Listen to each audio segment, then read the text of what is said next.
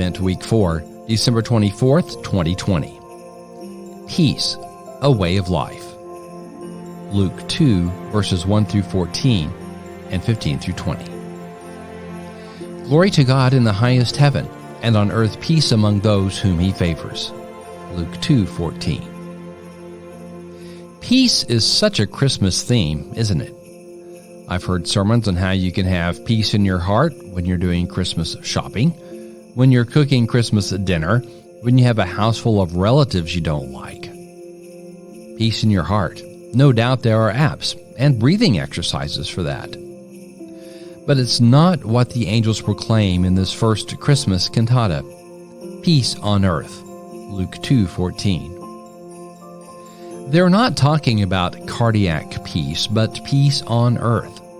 First, Isaiah proclaims a child who is to be Prince of Peace. The Christian tradition has often read this passage in relation to Jesus, reinforced by Handel's Messiah. But Isaiah was not talking about Jesus, perhaps King Hezekiah, who ruled from 715 to 687 BCE. Judea was threatened by Assyrian imperial oppression. The prophet anticipates a time when that menace would end. The rod of the oppressor will be broken. There will be endless peace, Isaiah 9, 4 and 7.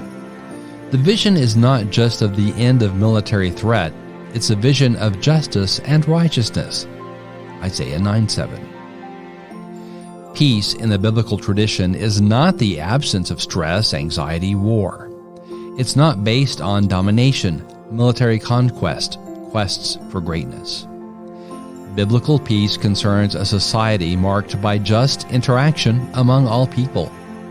It embraces the dignity of all people made in the image of God regardless of race, gender, sexual orientation, social status.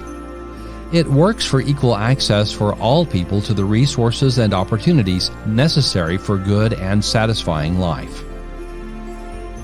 Peace is a fine Christmas angelic vision, but biblical Christmas peace requires a year-long way of life.